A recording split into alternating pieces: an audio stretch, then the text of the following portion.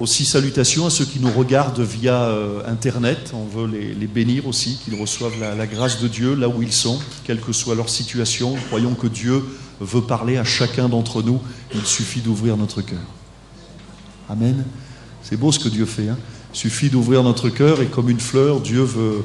Vous savez, comme quand il y a des matins comme ça où il ne fait pas très chaud, on cherche les premiers rayons du soleil. Et je ne sais pas ce que ça vous fait, mais ça nous réchauffe. Eh bien, Dieu fait pareil dans les cœurs, mais à une puissance évidemment infiniment au-delà de ce que le soleil peut faire. Et c'est ce que nous recherchons, la présence de Dieu, la grâce de Dieu. Le thème de ce matin, c'est plus de toi, plus de moi. Et en fait, on a résumé parce qu'à la vidéo, ça ne lui convenait pas. Alors bon, c'est de la faute à Mathieu. Non, mais c'était bien parce que c'est plus facile. Plus de toi, plus de moi. Mais en réalité, le titre complet, c'est plus de toi, plus de l'Église, plus de nous, plus de moi, plus de toi. Ça va, vous avez compris? Vas-y Thierry, redis-le maintenant, le titre complet. Non, bon. Ok, je le refais. Plus de toi. C'est notre prière souvent, on va le voir ensemble. Hein. Plus de toi, plus de Dieu, et on le verra, et c'est bien. Plus de l'Église. Ben forcément, on va en parler. Plus de moi. Du coup, moi, prédicateur, à la fin, je termine en disant plus de toi. Ah. Du coup, à la fin, je vais me défouler. Faire ma psychanalyse. Bon. D'accord? Plus de toi. Jean-Baptiste a dit, par exemple, et c'est cette prière-là sous une autre forme, il faut qu'il croisse et que je diminue. Et cette prière, finalement, même si on ne l'exprime pas toujours de cette manière-là, c'est quand même, faut le reconnaître, souvent notre prière. Seigneur, on a besoin de toi. Oui ou non? Seigneur, j'ai besoin de ta grâce. J'ai besoin de ta bénédiction. Et puis, il y a des moments particuliers où, on va dire, on a l'impression que ça brûle dans la maison. Et là, Seigneur, il faut que tu viennes à mon secours. Et souvent, alors, cette prière revient, et notez bien qu'il n'y a rien de mal à cela. Et c'est bon, et d'ailleurs la Bible nous dit, faites connaître tous vos besoins à Dieu par des supplications même. Et Dieu comprend, entend les supplications. Et Dieu dit même que le Saint-Esprit parfois vient à notre secours quand c'est inexprimable, c'est-à-dire parfois même quand on n'a même plus la force d'articuler des mots intelligibles, qu'on ne sait même plus quoi demander, le Saint-Esprit vient à notre secours et sait ce qu'il y a dans notre cœur et veut nous aider. C'est bon. Alors on peut dire, oui, plus de toi, Seigneur. Plus de toi aussi pour que j'aille plus loin. Et c'est la prière de Jean-Baptiste, il faut qu'il croisse. Parce que moi, tout seul, je ne vais pas y arriver. Et nous l'avons bien compris, et vous l'avez bien compris, parce que vous êtes là ce matin, vous avez une vie d'église. La majorité d'ici est baptisée d'eau, engagée, convertie. Convertie, ça veut dire on s'est donné à Dieu, et pour ceux qui ne l'ont pas fait, faites-le. Faites-le parce que les temps sont courts. On a vu le soleil se lever ce matin, mais je peux vous dire qu'on ne sait pas, personne ne sait si on le verra se lever demain. Alors si vous n'avez pas fait la paix avec Dieu, faites-le. Il y a urgence. Et tout au long de votre vie, quand vous commencerez à donner votre vie à Dieu, eh bien vous rejoindrez la grande famille de Dieu. Et les uns et les autres, nous pouvons dire, Seigneur, plus de toi. Et que nous soyons des enfants de Dieu qui ont des dizaines d'années derrière nous ou des dizaines de minutes, c'est la même chose. On a également besoin de Dieu. Et j'aimerais vous dire, pour vous, alors qui avez peut-être quelques minutes ou quelques heures ou quelques jours de conversion, de marche avec Dieu, j'aimerais vous dire, pour vous encourager, que votre prière a autant de valeur que la mienne. Autant. Dieu entend la prière de ses enfants. Plus de toi, Seigneur. C'était la prière de Jean-Baptiste. Et puis on va parler de quelqu'un d'autre qui a fait une autre prière, mais c'est la même finalement sous une autre forme, c'est AXA. AXA, pas la banque, hein. C'est ça, c'est une banque. Une assurance. Ouais, rien que de dire le nom, on n'est pas rassuré. Hein. Bon, mais là, on va parler d'AXA, la fille de Caleb. Vous allez voir quelle famille. Regardez, Juges chapitre 1er, verset 14. Lorsqu'elle fut entrée chez Othniel, c'était son mari. Elle le sollicita de demander à son père un champ. Déjà, rien que là, on voit le type de femme que c'est, AXA. C'est-à-dire qu'elle rentre chez... Et pourtant, son mari, déjà, c'est un un des juges en Israël, et il a gagné sa femme. Parce que Caleb avait dit, s'il y en a un qui arrive à faire ça, je lui donne ma fille. Donc Othniel, déjà, c'est un gars courageux. Mais sa femme, elle en tient une couche. Hein. Et elle, j'aime beaucoup cette expression, elle le sollicita. Il y en a qui sont mariés ici, les maris. Vous voyez ce que ça veut dire quand votre femme sollicite quelque chose? À mon avis, vous avez intérêt d'obtempérer. C'est signe de tempête. Bon, bref, alors Othniel, bon, elle le sollicita de demander à son père, à Caleb, c'est-à-dire pour Othniel, c'est son beau-père. Il y en a qui ont un beau-père ici encore? D'accord? Vous voyez la situation? Pas évident, hein? Du coup, conclusion, alors j'aime beaucoup ça, elle descendit de son âne. C'est elle qui descend, vous voyez, parce qu'Othniel, il se dit, non, moi je ne vais pas aller voir le beau-père. Hein. Wow, tu m'as vu? Tu veux demander quelque chose, tu vas voir ton papa, parce que moi le beau-père, je le connais. En plus, le beau-père, je ne vous dis pas, c'est Caleb. Papy Caleb. Mais papy Caleb, il taille encore les arbres tout seul à la hache. Hein. Plus de 80 ans, le papy, mais... Bon. Elle descendit de son âne, de dessus son âne, et Caleb lui dit, qu'as-tu? Ils se connaissent bien, le père et la fille. Hein. Elle lui répondit, fais-moi un présent, car tu m'as donné une terre du Midi, donne-moi aussi des sources d'eau. Et Caleb lui donna les sources supérieures et les sources inférieures. Et ce qui m'intéresse dans ce texte, c'est la prière d'Aksa. Et quelle famille, tiens, entre parenthèses, quelle famille? Son père, c'est Caleb. Caleb, je vous en ai déjà parlé, ça signifie chien. Et Caleb, c'est, moi souvent, je l'appelle le pitbull de l'évangile. Caleb, c'est l'homme qui prie jusqu'à ce que Dieu donne. Caleb, c'est l'homme qui ne se laisse arrêter par rien, même pas par ses rides, par ses articulations, par l'arthrite. Non, Caleb, il dit à Moïse, il y a encore une montagne là de libre, je la prends. Plus de 80 ans. Vous voyez le type de personnage. Et Caleb, il porte bien son nom, c'est le chien. Vous savez, connaissez, il y a déjà quelqu'un qui s'est fait mordre par un pitbull. Si on se fait accrocher par un pitbull, deux solutions, ou vous apprenez à vivre avec, ou vous vous débarrassez de votre jambe. Mais il ne lâchera pas, de toute façon, c'est pas lui qui lâchera. Et Caleb ne lâche pas. Et alors, la fille, elle tient bien du père, parce que la fille, elle, d'ailleurs, les chiens font pas des chats. Ah là, dans le contexte, vous avouerez que je suis fort. Les chiens ne font pas des chats. Et là, en l'occurrence, Aksa, bon. Et puis, elle se marie avec Othniel. Othniel, un homme de Dieu. Othniel, ça signifie Dieu est puissant. Quelle famille. Et Aksa, ça signifie, alors là, ça signifie anneau pour la cheville ou la jambe. C'est-à-dire, c'est l'anneau dont on ne se débarrasse pas. Alors, je ne sais pas ce que ça veut dire. Quand la femme de Caleb a accouché, peut-être que Caleb a dit, celle-là, je ne sais pas, est-ce qu'elle pleurait fort? Est-ce qu'elle avait toujours faim? Est-ce que... Et il y a des bébés comme ça. Hein? Alors, est-ce que Caleb a dit, elle, on va l'appeler Aksa, parce que je ne peux pas m'en débarrasser. Vous voyez, c'est la cheville que j'ai à la... C'est l'anneau que j'ai à la cheville, je ne peux pas m'en sortir. Est-ce que je veux dire? Elle est là. Toujours à mes bases, qu'elle me suit, Aksa. L'anneau, ça signifie, ça nous parle d'action, de résolution, de décision. Les pieds, les jambes, les chevilles nous parlent aussi d'action, de direction. Aksa, elle sait ce qu'elle veut. Et finalement, Aksa, c'est l'image de l'Église, dans ce contexte en tout cas, hein, l'image de l'enfant de Dieu qui fait cette prière, et Caleb, on va dire l'image de Dieu pour simplifier. Et Aksa, elle fait cette prière que l'on peut faire, que l'on pourrait faire, qu'il faut faire. Seigneur, tu m'as donné des capacités, mais tu m'as donné des compétences, mais j'ai besoin des sources d'eau. J'ai besoin du Saint-Esprit, plus de toi. Remarquez bien qu'elle demande des sources d'eau, et Caleb, dans sa sagesse, va lui donner les sources supérieures et les sources inférieures. Et ça nous parle des dons spirituels, des manifestations spirituelles, mais aussi du fruit de l'Esprit.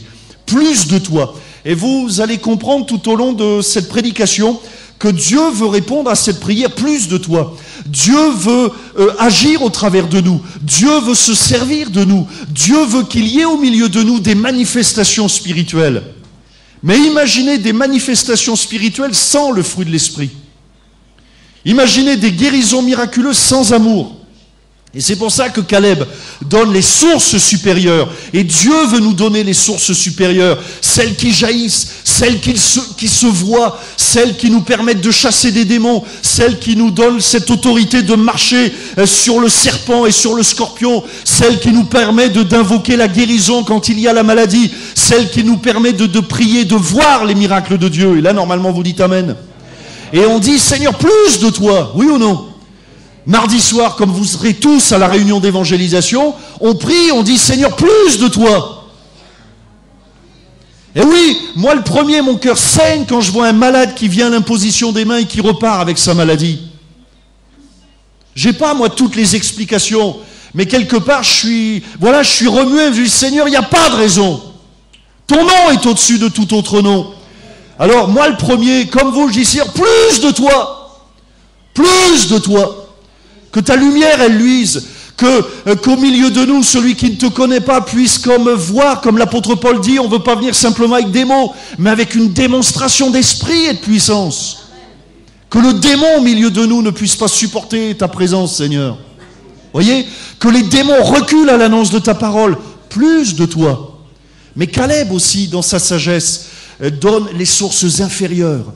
Et les sources inférieures nous parlent du fruit de l'esprit. Les sources inférieures, comme leur nom l'indique, eh bien, ce sont des sources qu'on ne voit pas, mais qui sont là. C'est la source de la consécration, de la sanctification, de l'engagement. Je prie, personne ne le voit. Je lis la parole de Dieu, personne ne le voit. Je jeûne, personne ne le voit. Je donne ma dîme et mon offrande, personne ne le voit.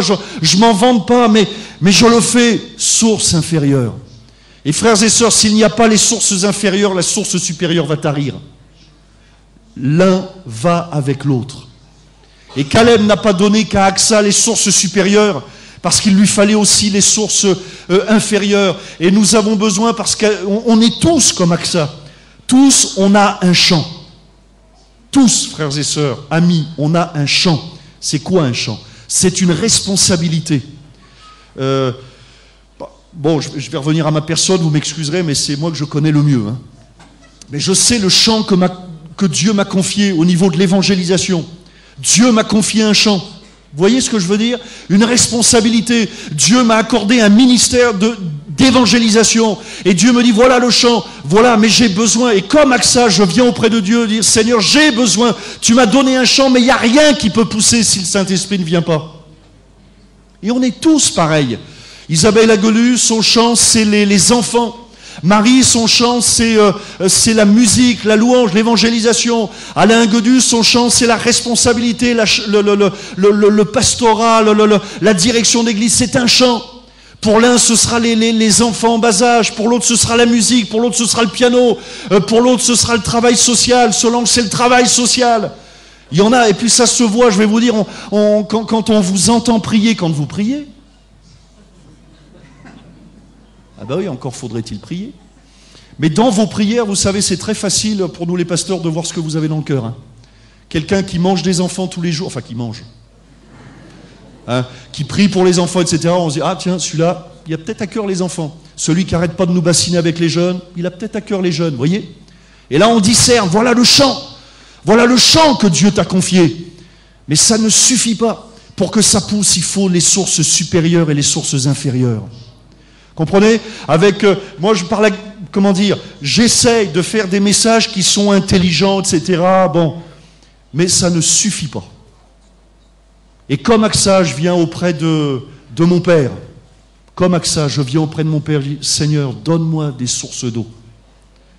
Parce que sinon, il n'y a rien qui peut pousser. Plus de toi, Seigneur. Et le fruit de l'esprit, c'est l'amour, la joie. Galates 5, 22, mais vous le connaissez bien, mais on va le redire quand même. L'amour, la joie. Je suis content de servir Dieu, pourtant c'est difficile de servir Dieu. Mais c'est le plus grand privilège qui nous a été donné. Quand j'ai la grâce de Dieu de basculer à plein temps dans ce qu'on appelle le ministère pastoral, Je disais à mon formateur, il n'y a pas de plus grand privilège pour moi que d'être à plein temps pour l'œuvre de Dieu. Je ne vous dirai pas ce qu'il m'a dit, bon. Parce que moi j'étais responsable commercial et de toute façon je me prenais quand même la tête. Pour des camions, pour du sucre, pour de la farine. Vous voyez ? Pour du sel. Et ouais, moi je devais livrer du sel quand c'est le gel, enfin ici, bon ça va, mais dans le nord-est de la France, bon, vous comprenez ? Et je me prenais quand même la tête. Et je me prends toujours aujourd'hui la tête, mais pour le royaume de Dieu. Quel privilège! Quel privilège! Et je ne veux pas oublier ça. Il n'y a rien de plus beau. Alors ouais, moi j'aime bien me prendre la tête, mais pour l'œuvre de Dieu. Pour que des âmes soient sauvées, moi je veux encore me prendre la tête. Je veux bien encore prendre des coups, parce que de toute façon, je me prenais quand même la tête, mais pour des camions. Alors bon, vous allez me dire, vous avez besoin de sucre à midi pour boire votre café. Pour ceux qui mettent du sucre dans le café. Le fruit de l'esprit, c'est l'amour, la joie, la paix, la patience, la bonté, la bénignité, la fidélité. Et je m'arrête sur la bénignité. Pas facile à dire, hein? Qu'est-ce que ça veut dire, la bénignité? C'est le contraire du syndrome de la loupe, voire du syndrome du microscope. Naturellement, nous, on a le syndrome de la loupe. C'est-à-dire que quelque chose ne va pas, on voit un petit grain de sable, on en fait une montagne. D'accord? La bénignité, c'est le contraire, c'est de faire une montagne un grain de sable. C'est pas facile. Là, je vous avoue que je me prêche à moi-même, parce que moi, je suis un spécial. Moi, j'ai l'impression même que Dieu m'a mis des microscopes des fois. Vous voyez, que c'est pas une montagne, moi je vois la chaîne de montagne. Alors là, je demande, Seigneur, plus de sources inférieures. Vous voyez? Parce que nous désirons, et nous désirons plus de toi. Et puis aussi, je me suis posé la question, la valeur des dons de Dieu. Qu'est-ce que...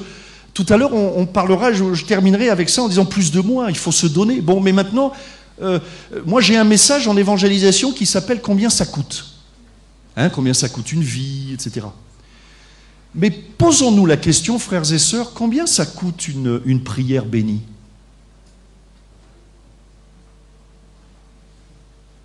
Regardez ce que dit Jacques, chapitre 1er, verset 14. « Mais chacun est tenté quand il est attiré et amorcé par sa propre convoitise. Puis la convoitise, lorsqu'elle a conçu, enfante le péché. Et le péché étant consommé, produit la mort. » Revenons un petit peu à ça. Voilà, Dieu nous explique le mécanisme du péché. On est tenté, mais en fait, on est tenté quand il y a déjà une amorce qui vient de nous. C'est ça qu'on lit dans le texte. C'est-à-dire qu'on pourrait dire, ouais, je suis tenté, c'est pas de ma faute, le péché, il est à l'extérieur. Oui, mais l'amorce, elle est à l'intérieur. C'est-à-dire que peut-être j'ai regardé ce qu'il ne fallait pas regarder, ou j'ai trop regardé ce qu'il n'aurait pas fallu regarder. D'accord? Bon. Alors je me suis laissé, il y a une amorce comme un hameçon qui est là, je suis amorcé par ma propre convoitise. Et ça devient de la convoitise. C'est-à-dire je commence à regarder la moto de l'autre. Ah, il a une moto plus grosse que la mienne. Convoitise, jalousie, envie et forcément le mécontentement. Parce que du coup, en voyant, c'est encore le syndrome du microscope. C'est plus une moto que je vois, c'est une chaîne de montagnes de motos. Et la mienne à côté, j'ai l'impression que c'est un grain de sable. Bon. Non mais je plaisante, hein. C'est un exemple. Voilà, et donc, la convoitise, lorsqu'elle a conçu, donc on conçoit dans les pensées, puis parfois on parle, on agit, bon bref. Et le péché étant consommé produit la mort. Ne vous y trompez pas, mes frères bien-aimés, toute grâce excellente et tout don parfait descendent d'en haut du Père des Lumières, chez lequel il n'y a ni changement, ni ombre de variation. Et Jacques nous apporte la solution et nous dit en quelque sorte, mais comment faire pour lutter contre ces tentations? Eh bien en regardant ailleurs. Et Jacques nous rappelle, mais tout ce qui vient d'en haut, regarde vers le haut. Et regardons, frères et sœurs, à combien est-ce qu'on peut estimer, combien ça coûte une prière, ou plutôt combien ça rapporte? Écoutez, vous savez que des fois dans les réflexions, je vais loin, vous commencez à me connaître. Hein. Je me suis même posé la question, si on saucissonnait la réunion et qu'on facturait chaque acte. Comme dans le domaine médical, un acte, c'est temps. Alors combien on va facturer Tiens, ma prédication, tiens, je vais la facturer combien? Encouragez-moi, elle a plus de valeur, celle du pasteur Alain Godu quand même. Après, il y a les prédications d'occasion, il y a les soldes. Pour 2 prédications achetées, la 3e est offerte. Bon, je plaisante. Mais hier, quelqu'un me racontait son témoignage qu'il a été délivré pendant une prédication. Mais il n'y a rien de plus... Comprenez? On ne peut même pas chiffrer ça, c'est inestimable. Dieu m'a parlé. Et parfois, frères et sœurs, on oublie la valeur des choses. Parce qu'on est tellement sur la valeur de la voiture, la Côte d'Argus, l'immobilier. Bon. Mais combien ça coûte une consolation qui vient de la part de Dieu? Combien ça vaut la paix que Dieu nous donne? Combien ça vaut le salut que Dieu nous accorde en Jésus-Christ? Concession perpétuelle au cimetière. Mais combien ça coûte ma place au ciel pour l'éternité? Moi, je peux vous dire combien ça coûte maintenant une concession au cimetière. Mais ma place au ciel, elle coûte combien? On sait ce qu'elle a coûté. On sait ce qu'elle a coûté. Ce que je veux dire par là, c'est que parfois on l'oublie. Et on donne de la valeur à ce qui n'en a pas. Et on dévalorise ce qui a vraiment de la valeur. Plus de toi, Seigneur. Est-ce qu'on peut estimer, par exemple, combien ça coûte le pardon des péchés, tiens? La possibilité... Regardez, on sait combien ça coûte des forfaits illimités, portables, SFR. Alors à ce propos, je sais qu'il y a des parents, je le redis, des ados au milieu de nous souffrent parce qu'ils ont des forfaits bloqués. C'est une souffrance. Bon, mais on sait combien ça coûte un forfait illimité. Mais combien ça coûte la possibilité illimitée de s'approcher de Dieu par la prière? Il n'y a jamais de bug, hein. Il n'y a jamais de mise à jour, et le SAV fonctionne bien. Dieu nous entend, Dieu nous écoute. Combien ça coûte la puissance de la parole de Dieu? Cette possibilité que nous avons, et parfois on l'oublie, et on referme trop souvent la Bible pour donner de la valeur à ce qui n'en a pas. Et on oublie que là, on a un trésor inestimable, que Dieu veut nous parler. Plus de toi, Seigneur. Combien ça coûte ça? Regardez Matthieu chapitre 10, verset 1er. Puis ayant appelé ses 12 disciples, il leur donna le pouvoir de chasser les esprits impurs et de guérir toute maladie et toute infirmité. Alors je vais vous dire, je comprends moi l'apôtre Pierre, quand Pierre et Jean, vous savez, ce jour où ils montent au temple et qu'ils voient le boiteux à l'entrée là, qui mendie, et que Pierre s'approche du boiteux en lui disant « Je n'ai ni or ni argent, mais ce que j'ai, je te le donne, au nom de Jésus-Christ de Nazareth, lève-toi et marche. » Vous ne croyez pas que le boiteux, il avait reçu plus que de l'argent ce jour-là? D'ailleurs, la suite le démontre parce qu'il est entré dans le temple en sautant, en louant Dieu. Il a réalisé ce jour-là. Après tout, il aurait pu. Non, moi je veux pas de ça, moi je marche. Mais c'est pas ça que je t'ai demandé, Joe. Moi je t'ai demandé de l'argent, moi. Quoi ça me sert de marcher, maintenant je vais être obligé de bosser. Eh ouais, mais parfois, frères et sœurs, je dis ça en souriant, mais parfois on est un peu comme ça. On ressemble parfois à ce boiteux. Dieu nous bénit, mais ça nous va pas, nous on voulait autre chose. Mais lui, il a continué. Regardez bien ce texte, hein, c'est dans les Actes des Apôtres. Il a continué les poches vides, mais le cœur plein. Il avait reçu plus que de l'argent. Et Pierre le dit, on n'a ni argent ni or, mais ce que j'ai, je te le donne. Le pouvoir, l'autorité de Jésus, la puissance de la guérison, l'autorité sur les démons, l'autorité dans le domaine de la prière, guérir toute maladie, toute infirmité. Seigneur, plus de toi. Et puis je vais terminer avec plus de moi. Et n'oublions pas, plus de nous. Plus de nous, ça nous parle de la communion fraternelle. Nous devons nous battre pour la communion fraternelle. Regardez ce que dit la parole de Dieu, Proverbes chapitre 11, verset 24. C'est pour ça que vous allez comprendre pourquoi j'ai préféré prêcher avant la Sainte Seine et les offrandes. Parce que la Bible est claire. Proverbes chapitre 11, verset 24.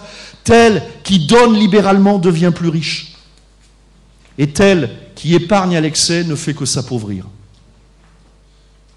L'âme bienfaisante sera rassasiée, et celui qui arrose sera lui-même arrosé. Celui qui retient le blé, regardez les paroles, c'est la parole de Dieu, hein.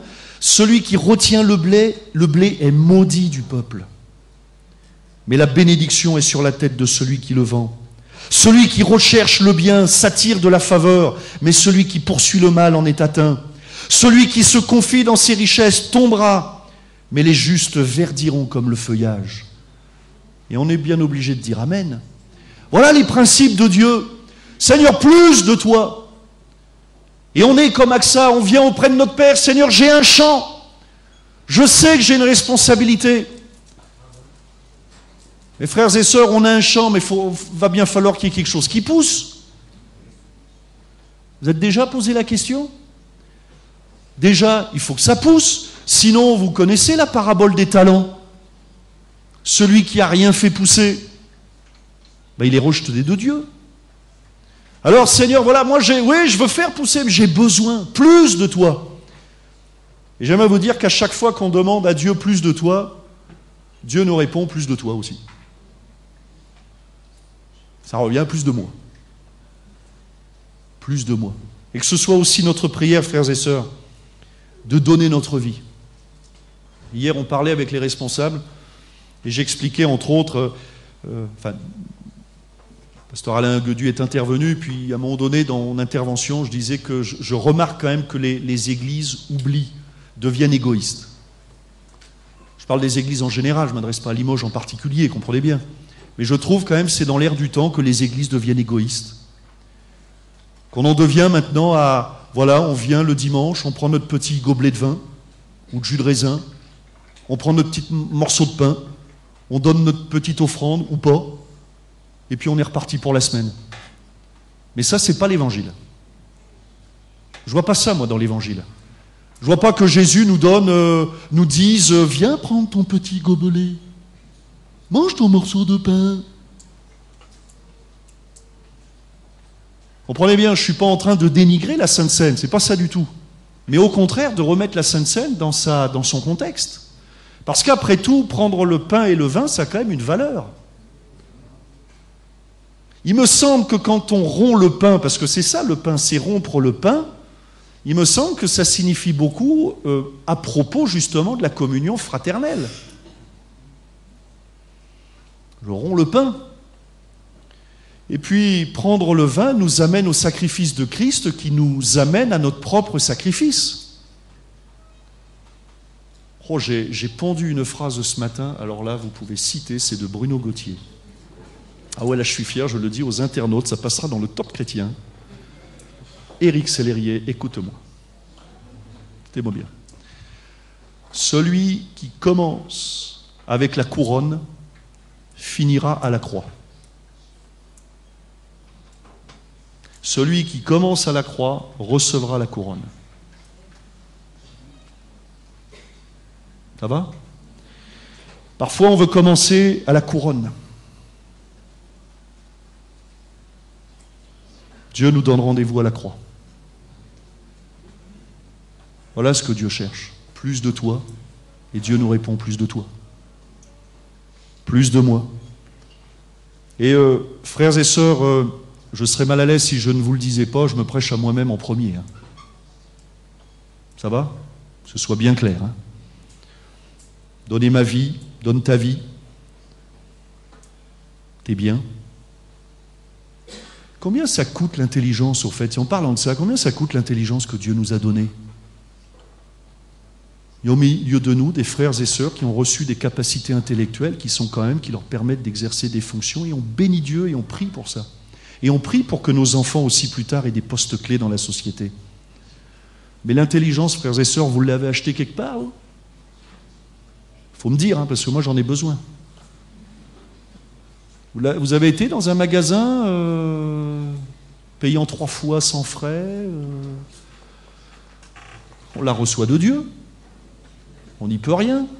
C'est comme ça. Mais tous, on a un champ, qui soit petit, grand, au sud, au nord. On a un champ. Alors je donne mes biens. Je remets mes capacités entre les mains de Dieu. Parce qu'après tout, si Dieu m'a donné une certaine intelligence, c'est pour que je sois utile pour l'œuvre de Dieu. Moi, j'ai compris, même quand j'étais dans mon travail, enfin, quand je me suis donné à Dieu, même dans mon travail où je me prenais la tête avec les camions, à un moment donné, je me suis dit, mais Bruno, t'as peut-être pas été créé pour gérer des camions. Je le faisais bien, parce que quand on confie un travail, j'essaye de bien le faire. Mais je réalisais qu'à un moment donné, il y avait autre chose que le but dans la vie, c'était pas seulement que les camions roulent sur les routes, mais c'était peut-être qu'il y avait des âmes à sauver. Donner mes dons dans tous les domaines, matériels, financiers, spirituels, les dons, des talents, des compétences. Un tel sait faire ceci, une telle sait faire cela. Dieu veut nous utiliser. Plus de toi, et Dieu nous répond plus de toi. Regardez ce que dit 1 Jean 3,16. Nous avons connu l'amour en ce qu'il a donné sa vie pour nous. Nous aussi, nous devons donner notre vie pour les frères. Et 1 Jean 3,16, c'est drôle, parce que ça résonne avec Jean 3,16. Parfois, nous, on veut Jean sans un Jean. Josué 1, verset 3. Tout lieu que foulera la plante de votre pied, je vous le donne, comme je l'ai dit à Moïse. Et là, j'ai réfléchi à ce texte. Qu'est-ce que ça veut dire fouler ? Eh bien, je crois, frères et sœurs, qu'il nous faut fouler ce champ que Dieu nous a donné et fouler d'autres territoires au travers de la prière. On a besoin de prendre pied au travers de la prière. On se laisse trop parfois attiédir dans le domaine de la prière. Il y a des jeûnes et prières. Ils sont où les enfants de Dieu qui ont à cœur l'œuvre de Dieu ?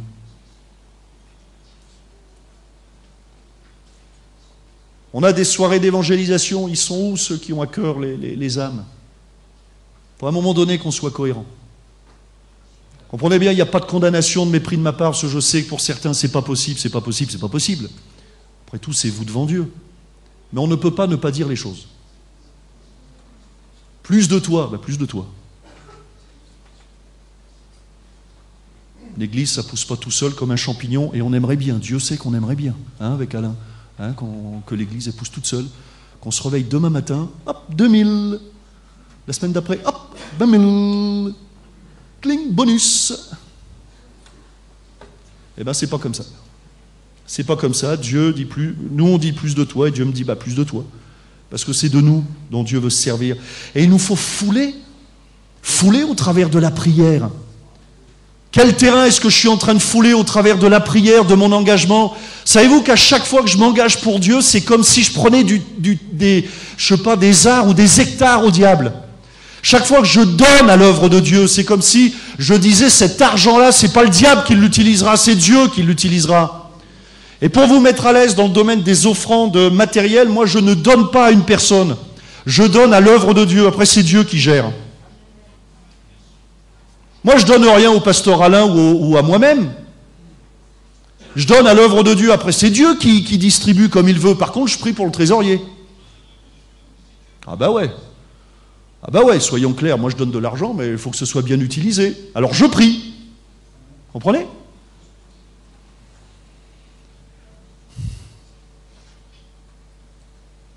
Tout lieu que foulera la plante de vos pieds. Et parfois, il faut reconnaître, frères et sœurs, qu'on laisse des hectares entiers au diable. On ne fait pas, on retient, on ne veut pas, on n'est pas d'accord. Parlez-en à Dieu. Parlez-en à Dieu. C'est Dieu le chef de l'Église. Moi, avec mon patron, quand je travaillais, je n'étais pas d'accord avec tout. Moi, un jour, il m'a dit bon, Bruno, venez, il faut qu'on développe le plastique. J'ai dit, vous rigolez, le plastique, mais nous, on transporte de la farine. Qu'est-ce qu'on va transporter du plastique ? Alors à un moment donné, il m'a regardé, il m'a dit, Bruno, oui, c'est qui le patron des deux ? Ok, on va transporter du plastique. Moi, mon boulot, c'était pas de discuter les ordres. Moi, mon boulot, c'était de trouver des clients. C'était mon job, de trouver des clients plastiques. Bon là, j'aurais eu du mal à en parler à Dieu. Là, les dieux, c'est les actionnaires. Mais dans l'œuvre de Dieu, parlons-en à Dieu. Mais que rien ne retienne ma main, vous comprenez ce que je veux dire? C'est un mensonge du diable là, qui développe l'égoïsme. Ne pas donner pour s'enrichir, garder pour ne pas manquer, ne pas marcher pour ne pas se fatiguer. Vous savez que l'avarice et la cupidité, c'est un péché? Savez-vous que l'avarice, c'est un péché? C'est synonyme de cupidité. La vérité, c'est quoi? La vérité, c'est que celui qui donne s'enrichit. La vérité, c'est celui qui sème peu, moissonnera peu. La vérité, c'est que ceux qui courent ne se lassent pas. Ceux qui courent ne se lassent pas. C'est écrit dans la Bible. Il les renouvelle comme l'aigle. La vérité, c'est qu'il n'y a pas de don trop petit. Tu touches 400 € par mois, la dîme, c'est 40 € et Dieu bénira. Dieu bénira.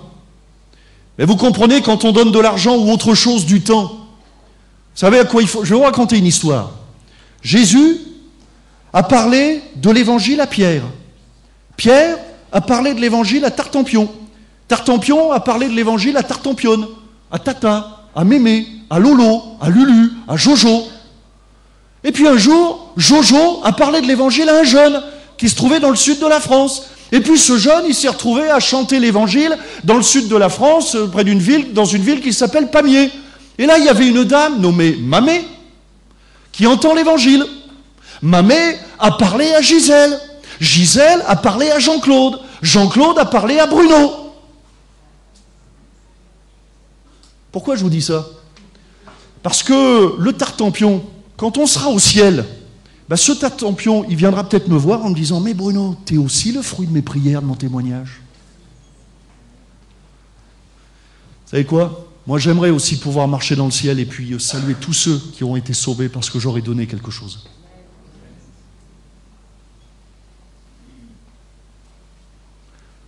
Jean-Claude, il me connaît, c'est mon beau-père.